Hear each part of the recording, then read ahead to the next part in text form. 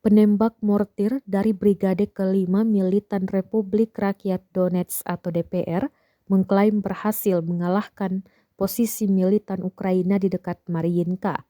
Rekaman detik-detik mortir diluncurkan dirilis di saluran Telegram militan DPR pada Kamis 5 Januari 2023. Dalam keterangan unggahan dituliskan mortir Brigade Kelima DPR mendukung gerak maju infanteri mereka menuju Mariinka.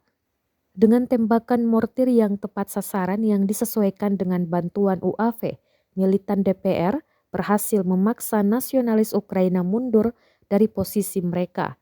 Tampak rentetan serangan diluncurkan ke parit militan Ukraina. Terekam drone Rusia, nasionalis Ukraina keluar dari parit dan menyelamatkan diri. Rekamannya pun menuai berbagai komentar dari warganet.